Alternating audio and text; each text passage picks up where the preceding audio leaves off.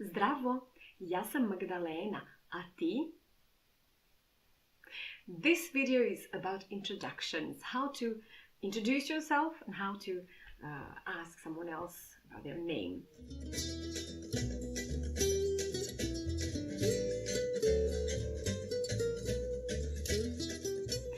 First, let's see what your book taught you. Kako se zoveš is a question to ask about someone's name. What's your name? Kako se zoveš? Or literally, how are you named? Zvati se means to be named.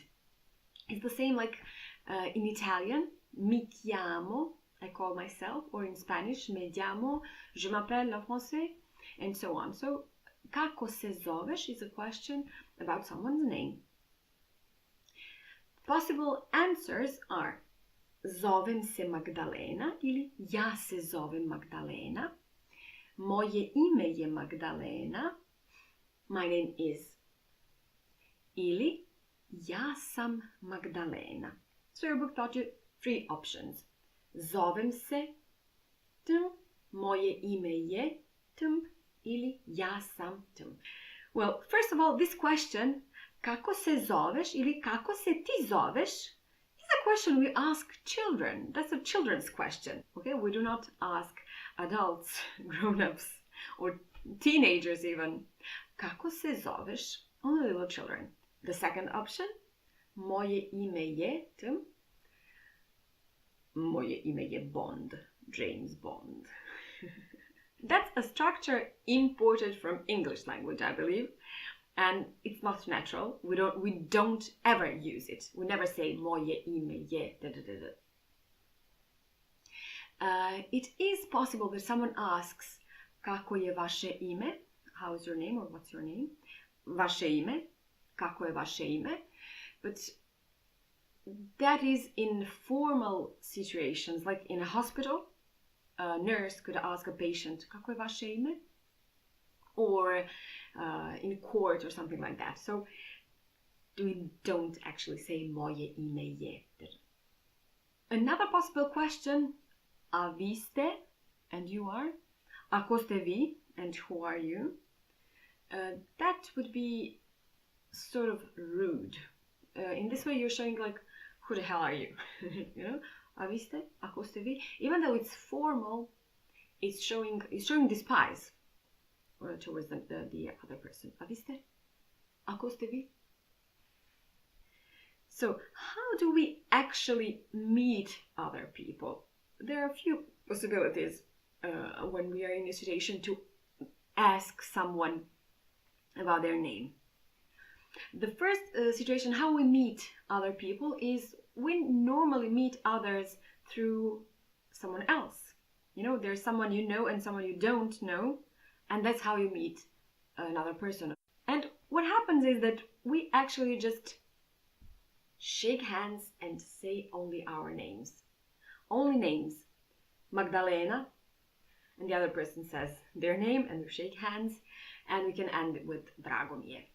The second possibility, the second option, is meeting someone in a train, which is a bit old-fashioned, like let's say in a plane or somewhere in a situation where you're waiting with another person, that something ends and you just start a small talk with them. Or if you're hitting on a girl. How this happens? We never approach a person and ask their name. That's rude, don't do that. What we do is we actually start a small talk. You know, if you're in a waiting room with someone, first you start a small talk. You comment on the weather, you comment on waiting, or anything that is irrelevant. You know, anything that's not personal. And then you move on. If the person is interested, they will answer and you will start talking to each other. And then at some point when it gets serious and you see that the other person is really interesting in talking to you, you just say, oh, nismo se ni upoznali. We haven't even met. We haven't even introduced ourselves. Nismo se ni upoznali. And then a handshake, ja sam Magdalena. And the other person says their name. Okay? The third situation where you can ask someone about their name is that someone that you've already met like before, but you forgot what their name is. Then you will say, Izvini, kako se beše zoveš? I'm sorry, what was your name again? In this sentence, the word beše is something that shows that we forgot. That we know that we've heard it before, but we forgot. That's the word beše. It stands for that. And I'm not going to, or maybe I could explain a little bit of grammar. That's one of the rare situations when we use imperfecat. Okay, that's the verb to be in imperfect tense. Alright guys, so please do not ask other people kako se zoveš. It's kind of rude. Instead, you should offer your name and a shake hand, you know, and the person will accept your shake hand and tell their name in return. After that, you can follow with drago mi je, or if the other person first says drago mi je, do not repeat drago mi je. Instead, you should say takođe as well, to me too, I meni, okay? Drago mi je, if the other person says drago mi je, nice to meet you, or I'm glad that we've met, drago mi je, you will answer with takođe, or I meni, okay? There are three other options that I want to tell you today, and that's drago mi je što smo se upoznali, I'm glad that we've met. And you can add some words to that to emphasize that you're really glad. You will say baš mi je drago što smo se upoznali I mnogo mi je drago što smo se upoznali. Okay, these three sentences, actually three variants of one phrase are used at the very end of our conversation. So when we're leaving, we've met someone new, we've talked to them, we spent some time together, and then we're shaking hands, we're leaving, and we say, drago mi je što smo se upoznali, ciao, vidimo se, čujemo se, doviđenja, and other things that you've learned in this video already about saying goodbye. Okay?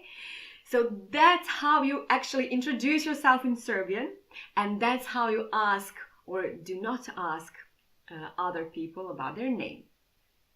Thank you for watching the Natural Serbian videos.